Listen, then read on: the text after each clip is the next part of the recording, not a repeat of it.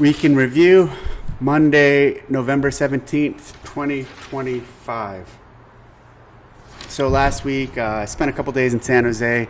We had a meeting there, and we visited the Shark Tank. A bunch of the games team and some of the media and marketing and partnerships team were also there, just checking out the venue and planning for next year. On Tuesday, we dropped into CrossFit Campbell. And Monday, I was incredibly sore from Chad. So Monday I did Chad, and then on Tuesday, my legs were sore, my calves were lit up, and we dropped into CrossFit Campbell, and they had it was actually a Mayhem workout, and it was 5 sets of 10 front squats at a weight you could do 10 reps when, and you built 10 reps with, and you built up, and then after that, it was some on the minute wall ball and sprint. So we did all that, and then it was just completely, the class was really good. The coach did a good job teaching the class.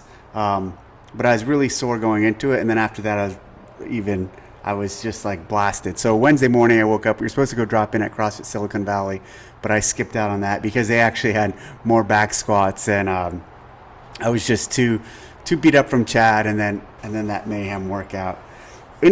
On an interesting note about Chad, I was speaking with Spencer Hendel. So Spencer Hendel does our CAT programming and our main site programming. He leads that effort. And he's a former Games athlete. He and Austin and James used to have Ham Plan, which eventually CrossFit purchased or partnered with, and then they morphed it into CAP. Anyway, he told me, so every year he texts me when he does Chad, and he tells me the version he did. This year he laid out the complete list of the different versions he did. And so he's done Chad as RX, of course, Chad with a 45-pound bar.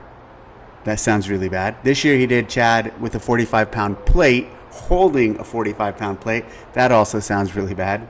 He's also done Chad with a 50-pound dumbbell. He's also done Chad with a 24-inch box RX. That sounds horrible. And he's also done Chad with 1,000 burpee box step-ups. Another bad one. Of those, I think the 24-inch version might be the worst. But again, I don't know, holding a 45-pound bar and doing that, or doing that with holding a 50-pound dumbbell or a 45-pound plate, all of those seem pretty bad. But Spencer's a beast, and I'm excited to see how he does it next year, or what other. Pretty soon he's going to run out of options, but maybe I'll think of a few ways that he can tackle it. Saturday we had the Service Cup in Mayhem, and they ran a partner competition. Actually, I'm going to talk to Rich and Rory about this. I think in the future, I would personally like to see the Service Cup have the categories that we do, and then for this finale or for a final, have just the top individuals compete against each other. As you know, those who pay attention, I'm not a big fan of the team workouts, especially the team workouts that are exhibitions, because they kind of take away from the individual excellence that a lot of these athletes have, and the individual excellence that is highlighted through an individual, through a athlete's workouts and output. On a team, you can hide, and people can hide, and I'm not saying those athletes are hiding. I'm just saying in terms of having a service cup and then having service members ranked, or these categories ranked, then having an in-person event. I think an in-person event with individuals for the Service Cup would be awesome.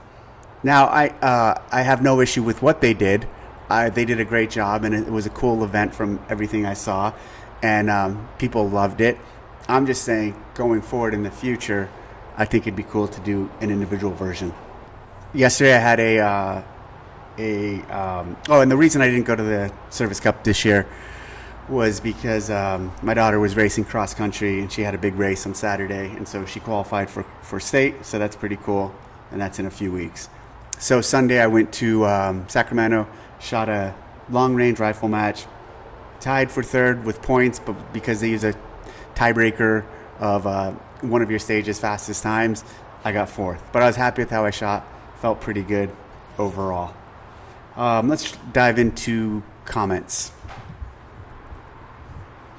At Dense Updates, Roger Nilsson, the European event director for the WFP, recently said on a podcast that he has spoken with you and the Games team about collaborating this next season. Can you talk about what was discussed and what that might look like for next year? I have definitely not talked to Roger. I don't know if we've ever met, but I have not talked to Roger. A few weeks ago, I talked to Jackson and texted back and forth with Will, but we haven't had any in-depth discussion about next year or there's no partnership or anything like that. But we have had some good conversations. Definitely have not talked to Roger. And more to come on that. At John Fury 3786.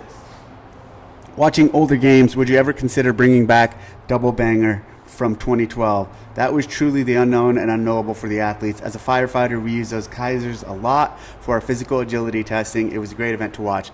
Over the years, we've brought back variants of it. I was a big fan of the double banger, and pretty much all the workouts we have that uses that implement. Some problems we ran into, though, was just getting consistent hits on it and making sure people were hitting it and not eventually at some of the competitions we did, people would hit it and just rotate and push it. So they weren't really hitting it with a hammer. They would hit and then push it forward. So it was talk about the pegboard being inconsistent this year. In years past, there was some inconsistent technique on that kind of soured me with it. But I think it coming back in some form or that type of test or that type of event is a good idea. I liked it a lot. At Kevin Bradford 19, how many workouts did you do in Korea? So we did two. We did two in Korea, and actually Hiller made a video. Hiller filmed it all. And last night he sent me a link. I don't know if I told him he could post it, but today I think he wanted to post it today. I don't know if he did or did not. But he sent me a video. He made a long video, 40-minute video of the trip, and it's pretty cool. It's fun. It has us doing the workouts. It has a couple clips from the two workouts we did. One was a main site workout that I scaled. I scaled both. The other was a run and squat workout that we kind of collaborated on and came up with. But it was both fun. The video is cool. If you want to check out the Hiller video he made about our trip to Korea. Yeah, I think he did a good job. At Keeping It Real CrossFit, Hiller definitely gave you YouTube thumbnail advice on your trip. Can we maybe do other than Times New Roman, though? He did. He taught me how to do thumbnails, which I did not know how to do with Canva, which has been great because I've done thumbnails now for all these videos. Although I realized the thumbnail for my last week's video really was bad. That blue background, it does not look good. So I'm going to get a little creative and do a better thumbnail for this one. And then on my shooting videos that I'm doing on my other YouTube account, I'll put the link into that account here. I put a lot of thumbnails on those videos. And those thumbnails, I think, look much better than the recent one I did for the week in review. So, yes, he taught me how to do thumbnails. And we just went through some other, mainly that was the big lesson I learned from him. But we went through some other Final Cut Pro stuff because he uses Final Cut Pro. And I recently started using Final Cut Pro. At Darling Zach. Hold on. Hey Dave, would you ever consider bringing the games to Canada? There are so many cool areas that host the games. Programming could easily be taken outside. I always thought a ruck through the Canadian Rockies would be awesome. Plus, it'd be cheap for international athletes to travel to. Thanks for doing the weekend review. Canada would be cool. I think Canada, if there were locations that were interested and could host the games, we'd definitely take a look. One issue is I would view going to Canada still as just, I don't want to say the U.S., but just North America. It's not, when we go to Canada, we're not going overseas, clearly. So I think maybe leaving the U.S., going overseas at some point in the near future, and then coming back to North America, and maybe Canada is a viable option for when we return to North America. At Sweaty Palms 88, hi Dave, what's your opinion on combining CrossFit and Pilates? I know invented to help vets rehab. Don't know what that means. I know invented to help vets rehab. Maybe he means I know it was invented to help vets rehab. Could it help with performance for athletes, or is it counterintuitive? I have not seen a lot of CrossFitters. I don't have a lot of CrossFit experience or knowledge of CrossFitters also supplementing it with Pilates. I've known a few individuals who've done it, but didn't really dig into it.